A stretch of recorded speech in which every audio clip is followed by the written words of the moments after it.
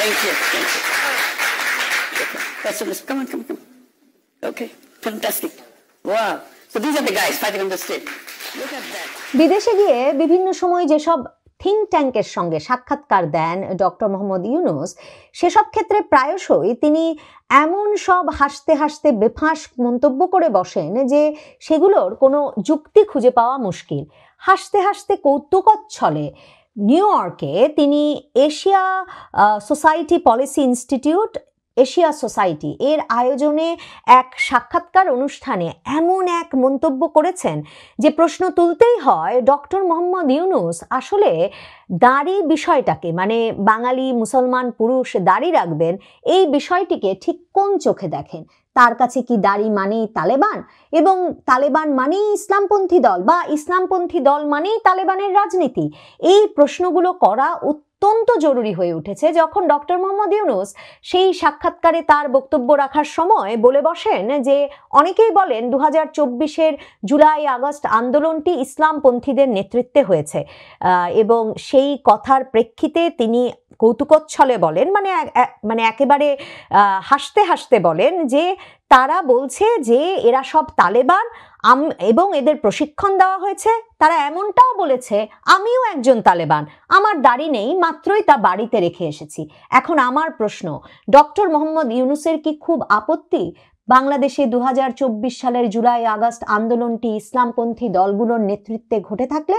তার সফর সঙ্গী জামায়াতে ইসলামের নায়েবে আমির সৈয়দ মোহাম্মদ তাহেরও তো বিবিসি বাংলার সঙ্গে সাক্ষাৎকারে সুস্পষ্টভাবে বলেছেন যে 2024-এর জুলাই আগস্ট আন্দোলনের পেছনে তারা ছিলেন এবং তাদের এই নেতৃত্বের বিষয়টি জনশক্তিতে তারাই যে এই আন্দোলনটিকে সচল রেখেছিলেন, চলমান রেখেছিলেন এবং বেগবান করেছিলেন, এই বিষয়টি তারা যে তখন বলেননি তার একটা বড় কারণ যে তাহলে আন্দোলনটির গ্রহণযোগ্যতা নষ্ট হতে পারত। মানে এই ডক্টর মোহাম্মদ ইউনূসের মতো লোকজন যারা আন্দোলনের সুফল ভোগ করবেন কিন্তু ইসলামপন্থীদেরকে তারা কোনোভাবে কোনো কৃতিত্ব দিতে রাজি নন, তাদের ভয়েই কিন্তু সৈয়দ মোহাম্মদ তাহের তখন বললেন যে আন্দোলনটির গ্রহণযোগ্যতা নষ্ট হতে পারত, এবং সে কারণেই তারা তখন এই আন্দোলনটির পেছনে যে তারা আছেন এবং জনশক্তি দিয়ে তারা আছেন, কৌশল নির্ধারণে তারা আছেন, নেতৃত্বে তারা আছেন, সেটা তখন তারা জানান দেন নাই। কিন্তু ডক্টর মোহাম্মদ ইউনূস তো জানতেন 2024-এর জুলাই আগস্ট আন্দোলন কাদের নেতৃত্বে হচ্ছে। ডক্টর মোহাম্মদ ইউনূসকে 3 তারিখ, আগস্টের 3 তারিখ সর্বপ্রথম প্রস্তাব দেওয়া হয় জামায়াতে ইসলামীর তরফে, এবং জামায়াতে ইসলামীর তরফে তখনকার ছাত্র শিবিরের নেতা, এখন ডাকসুর ভিপি সাদিক কায়েম, তিনি প্রথম প্যারিসের হাসপাতালে ডক্টর ইউনূসকে ফোন করে বলেন যে সেই মুহূর্ত বোধহয় চলে এসেছে যার প্রেক্ষিতে শেখ হাসিনাকে পদত্যাগ করতে হবে, এবং শেখ হাসিনা পদত্যাগ করলে ডক্টর ইউনূস যাতে এসে বাংলাদেশের শাসনভার বা ক্ষমতা গ্রহণ করেন। ভাবেন তো, ইসলামপন্থীদের আন্দোলন ডক্টর মোহাম্মদ ইউনূস জানেন, ইসলামপন্থী একটি দল জামায়াতে ইসলামী, সেই জামায়াতে ইসলামীর নেতৃত্বের আমন্ত্রণে এসে তিনি দেশে এসে শাসনভার গ্রহণ করলেন, কিন্তু তিনি মস্করা করছেন নিউ ইয়র্কে মঞ্চে বসে যে হ্যাঁ সবাই বলছে এটা নাকি ইসলামপন্থীদের আন্দোলন, এটা একটা মিথ্যা কথা। মানে কেন? বাংলাদেশে কি ইসলামপন্থী রাজনৈতিক দল নিষিদ্ধ? বাংলাদেশে কি ধর্মভিত্তিক রাজনীতি করা নিষিদ্ধ? বাংলাদেশে কি ধর্মভিত্তিক রাজনৈতিক দল জামায়াতে ইসলামী কিংবা অন্য ধর্মভিত্তিক যে কোনো দল, ইসলামী আন্দোলন বাংলাদেশ চরমনাই পীরের কিংবা মামুনুল ইসলামের খেলাফত মজলিস, তারা যদি কোনো আন্দোলন দানা বাঁধায়, তারা যদি কোনো আন্দোলন সংগঠিত করে, সেই আন্দোলনের সাফল্যের সূত্র হিসেবে, তারা যদি সাফল্যের নমুনা হিসেবে, সাফল্যের অংশ হিসেবে তারা যদি সরকার পতনের কারণ ঘটায়, তাহলে এটা নিয়ে লজ্জা পাওয়ার কি আছে ডক্টর মোহাম্মদ ইউনূসের? কারণ ডক্টর মোহাম্মদ ইউনূস সারা পৃথিবীতে তার যে পার্সোনা ধরে রাখতে চান সেখানে তিনি ঠিক ইসলামপন্থী দলের সঙ্গে নিজেকে মেলাতে পারেন না, এটা সমস্যা। মানে ডক্টর মোহাম্মদ ইউনূস দেখেন ঠিক কি মন্তব্য করলেন, একদম পরিষ্কার। তিনি বলছেন ইসলামপন্থীদের আন্দোলন হয়েছে বলে অপপ্রচার করা হয়েছে। কেন এটাকে অপপ্রচার বলছেন কেন ডক্টর মোহাম্মদ ইউনূস, এবং কেন তিনি এই দায় বোধ করছেন যে বিদেশের মাটিতে গিয়ে তাকে ইসলামপন্থীদের কাছ থেকে সেই কৃতিত্ব কেড়ে নিতে হবে যে তারা বাংলাদেশে একটা সফল সরকার পতনের আন্দোলন ঘটিয়েছে? তারপর দেখেন ডক্টর মোহাম্মদ ইউনূস বলছেন যে তারা বলছে এরা সব তালেবান। মানে ডক্টর মোহাম্মদ ইউনূস মনে করেন যে যারাই ইসলামপন্থী রাজনৈতিক দল করে তারাই তালেবান। এরপর সবচেয়ে বিস্ফোরক তার যে একটা সংকীর্ণ মানসিকতা, সেই সংকীর্ণ মানসিকতার সবচেয়ে বড় পরিচয়টা এরপর ডক্টর মোহাম্মদ ইউনূস দিলেন। তিনি বললেন, তারা এমনটাও বলছে আমিও একজন তালেবান, আমার দাড়ি নেই, মাত্রই তা বাড়িতে রেখে এসেছি। তার মানে তিনি মনে করেন দাড়ি তালেবানির সবচেয়ে বড় প্রতীক, মানে যারা ইসলামপন্থী আন্দোলন করবেন তারাই তালেবান, এবং যারাই তালেবান তাদেরই দাড়ি আছে, তার মানে যাদেরই দাড়ি আছে তারাই তালেবান। এবং উনার যেহেতু দাড়ি নেই, উনি বাড়িতে রেখে এসেছেন, কাজে উনি সবচেয়ে বড় প্রমাণ যে 2024-এর জুলাই আগস্ট আন্দোলনে ইসলামপন্থী রাজনৈতিক দলগুলোর কোনো ভূমিকা ছিল না। সত্যি বাংলাদেশের ইসলামপন্থী দলগুলো ডক্টর মোহাম্মদ ইউনূসের বিদেশে এই প্রচারকে গ্রহণযোগ্য বলে মনে করছে। বাংলাদেশের, তার মানে ডক্টর মোহাম্মদ ইউনূসের দাড়ি বিষয়ে এই যে অ্যালার্জি, যেই সংকীর্ণতার কথা, যেই ক্ষুদ্র মানসিকতার কথা বছরের পর বছর বাংলাদেশে আলোচিত হয়েছে।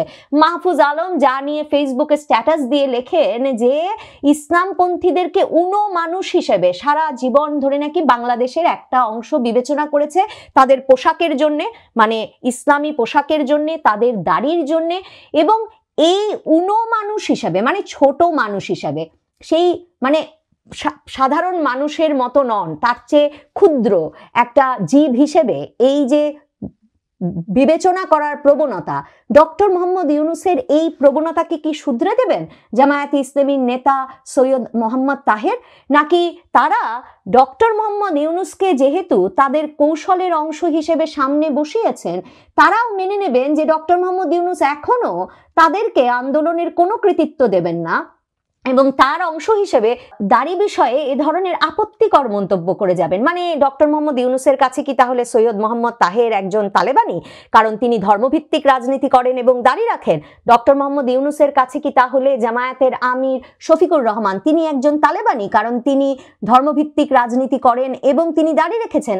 আর তালেবানি রাজনীতি নিয়েই ডক্টর মোহাম্মদ ইউনূস নিউ ইয়র্কের সভায় বসে হাসি ঠাট্টা করবার কে?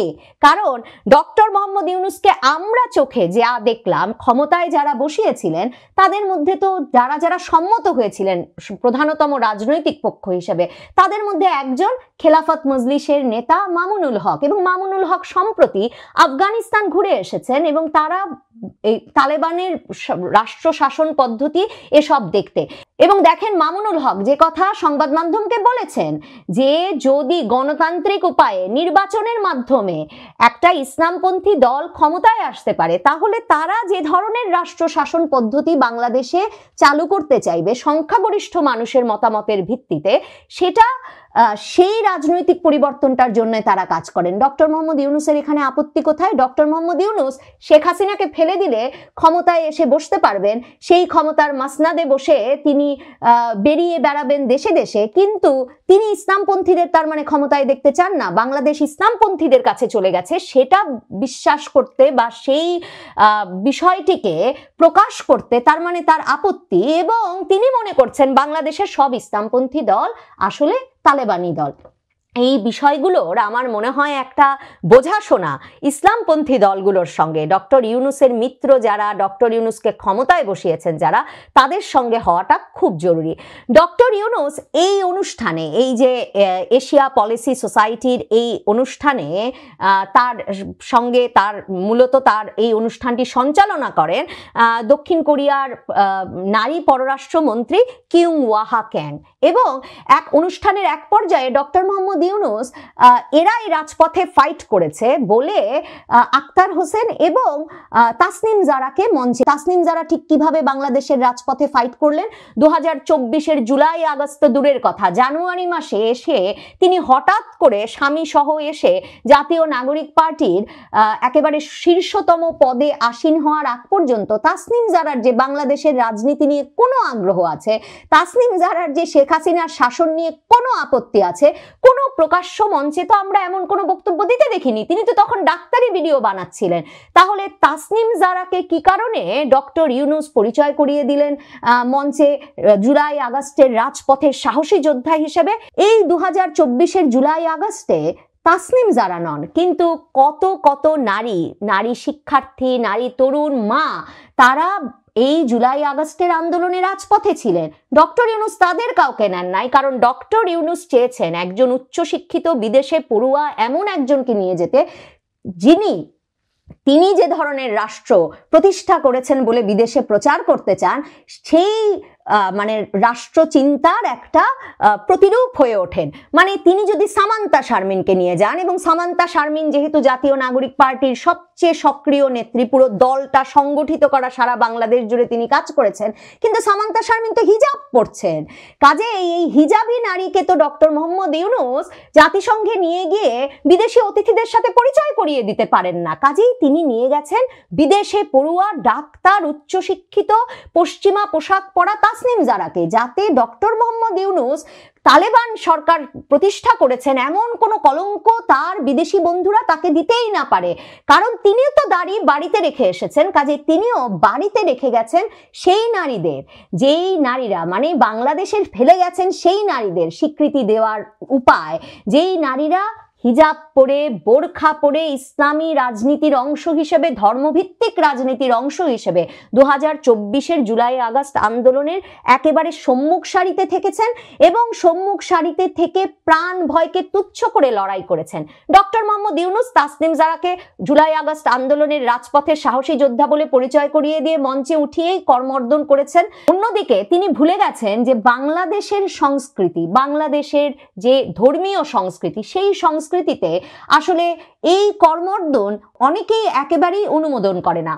সে কারণেই আক্তার হোসেন এই জুলাই আগস্ট আন্দোলনের সত্যিকারের রাজপথের যোদ্ধা, এবং যিনি ডাকসুর সমাজ কল্যাণ সম্পাদক ছিলেন, এবং এই জামায়াতে ইসলামীর নেতৃবৃন্দ ডাকসু ভিপি সাদিক কায়েম, ডাকসুর জিএস ফারহাদ হোসেন, তাদের কথায় বাংলাদেশের সংবাদ মাধ্যমে স্পষ্ট করে বলা আছে যে ভিপি নুরুল হক নুরু এবং এই আক্তার হোসেনের দল গণ অধিকার পরিষদ, ছাত্র অধিকার পরিষদ, যেমন ছাত্র শিবির ঢাকা বিশ্ববিদ্যালয় সহ বিশ্ববিদ্যালয়গুলোতে সংগঠিত করে দিয়েছিলেন, ঠিক তেমনি এই আক্তার হোসেনের দল সর্বশেষে, আক্তার হোসেন নাহিদ ইসলামদের যে দল বৈষম্য বিরোধী ছাত্র আন্দোলনের মুখ হিসেবে 2024-এর জুলাই আগস্ট আন্দোলন ঘটালো, গণতান্ত্রিক ছাত্র শক্তি, সেই ছাত্র শক্তি দলটিও কিন্তু জামায়াতে ইসলামী ছাত্র শিবিরের একেবারে সংগঠিত করে দেওয়া, তৈরি করে দেওয়া, এবং এই নেতাদের তারা নিজ হাতে তৈরি করেছেন। সেই আক্তার হোসেন কিন্তু তার যে দেশীয় সংস্কৃতি, ধর্মীয় সংস্কৃতির কথা মাথায় রেখে তিনি কিন্তু হাত মেলাতে রাজি হলেন না কোরিয়ার সাবেক এই পররাষ্ট্রমন্ত্রীর সঙ্গে। এই ভিডিওটিও বাংলাদেশের মূলধারার সংবাদ মাধ্যমে এবং সামাজিক যোগাযোগ মাধ্যমে ছড়িয়ে পড়েছে।